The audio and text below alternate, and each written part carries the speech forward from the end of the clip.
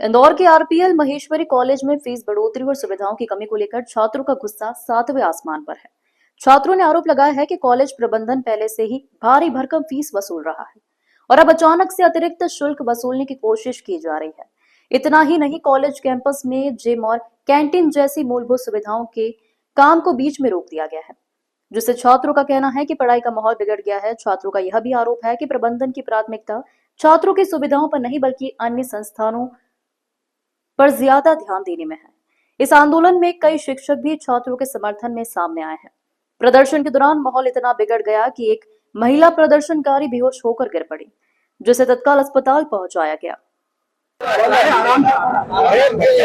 इस कारण से ये आप कर रहे हो। हम इस मुद्दों को लेकर खड़े हैं कि इसके पहले भी यही चीज हुई थी कि हमने जिम के लिए, कैंटीन के लिए और हमारी सारी जो भी सुविधा है टॉयलेट वगैरह के लिए, ये सारी मांगों को लेकर हमने यहाँ पर विरोध प्रदर्शन किया था। और मीना सोनी मैडम है जो यहाँ पर मैनेजमेंट में, उन्होंने छात्रों को गुंडा बोला था। अब वो छात्रों को गुंडा बोलने के लिए मतलब ऐसे कैसे मैनेजमेंट में आ गई कि हमको छात्रों को गुंडा बोलेगी।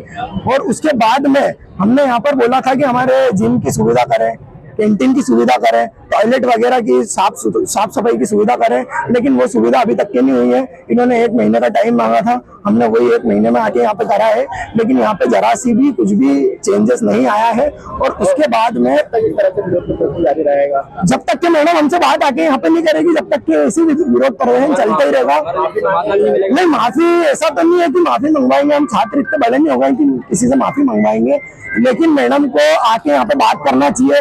अगर मैडम को बात करते नहीं आती है तो बिल्कुल मैडम आप इस्तीफा दो यहाँ से, और आप आपके हिसाब से देखो, क्योंकि छात्रों को गुंडा बोलने वालों का यहाँ पे कोई काम नहीं है। इस तरह से विरोध प्रदर्शन में मीना सोनी कौन है और क्या है इनका विरोध प्रदर्शन? विद्यार्थियों की मांग है कि उन्हें जो मूलभूत सुविधाएं है वो मिलना चाहिए, जो उनका हक है।